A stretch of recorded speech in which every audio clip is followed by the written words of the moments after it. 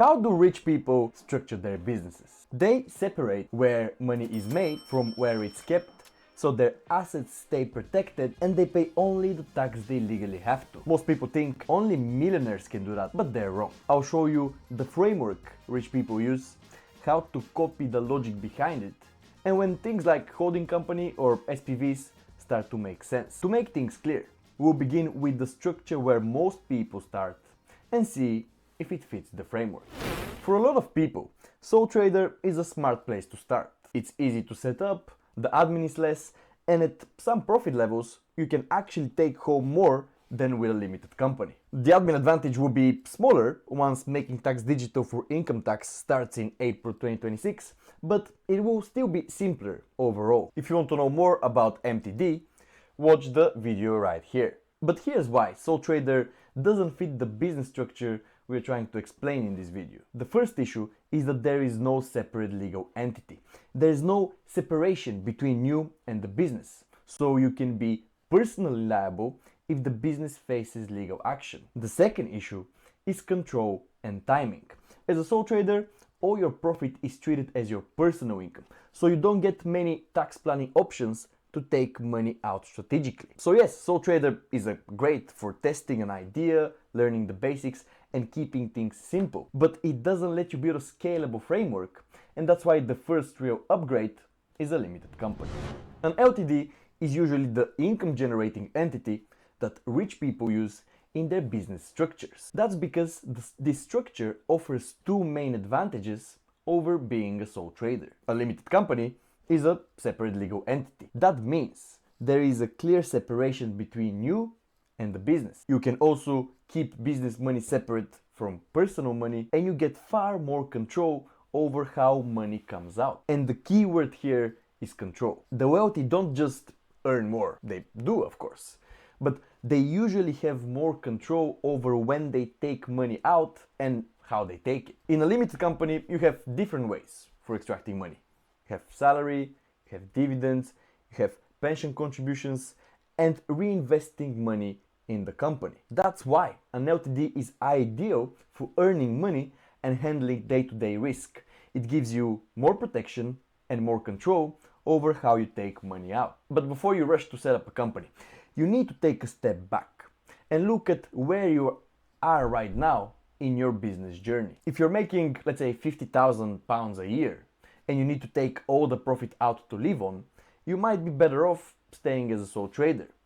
If you're ready to engage your accountant for some tax planning options, LTD usually works better. There are a few common scenarios I break down in the video here to help you decide which structure is better for you. The point I'm trying to make is you need to match your business structure to your current needs and add complexity only when you need it. If you overcomplicate the setup, you pay for unnecessary admin or risk making costly mistakes. That's why a good advisor matters so much, because the right setup depends on your income, your risk, and what you're trying to build. And if you're interested in working together, there is a link in the description below. Before we continue, if you find this video helpful, hit the subscribe button for more content coming soon that'll help you run your business even better.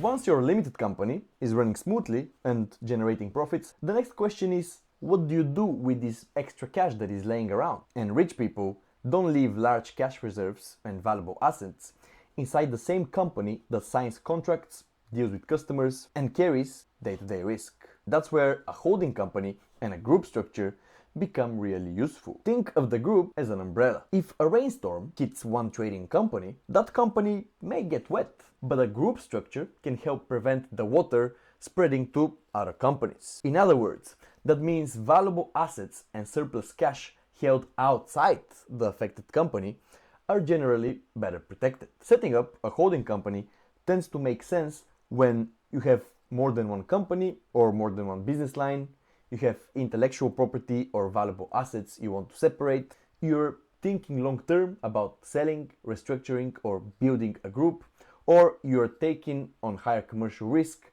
and you want to keep your assets insulated. These are all great reasons, but there can also be significant tax and admin advantages of setting up a group too. For example, dividends from one UK company to another are tax exempt, which can make it possible to move profit from a trading company in the group, also known as a subsidiary, to the holding company without triggering any taxes other than the corporation tax that the companies have already paid before dividends become available. Groups can also offset trading losses from one entity against the profits of another, reducing the overall tax bill. As you can imagine, this extra complexity means more admin, higher professional fees, more scrutiny by the tax authorities if the structure is not set right, and more ways to get it wrong. So you only build this structure when you actually have surplus worth protecting and a reason to use it. When the timing is right, this is where the protection becomes real,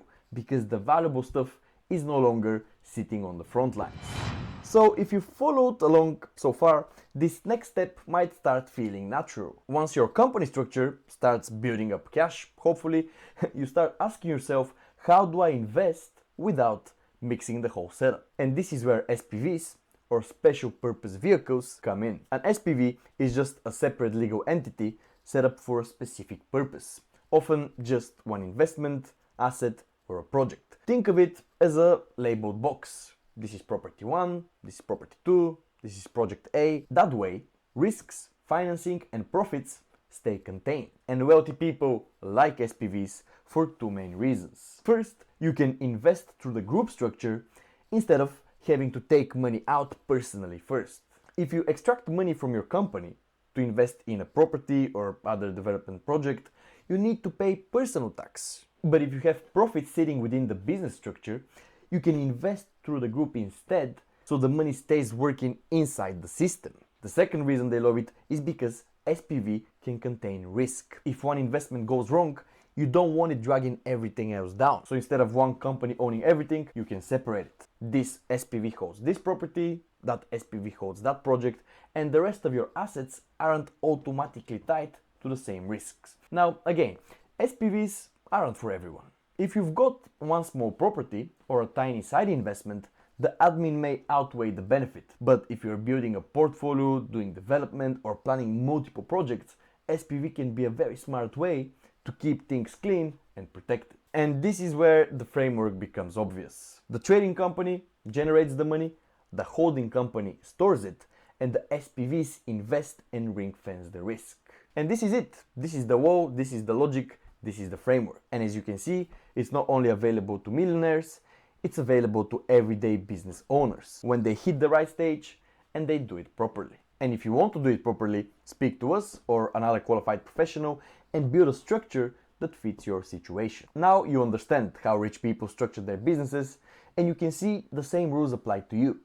But if you don't get the foundations right, even a good structure can become expensive and messy. So watch this video next, where I break down sole trader versus limited company and how to choose the right starting point in your situation.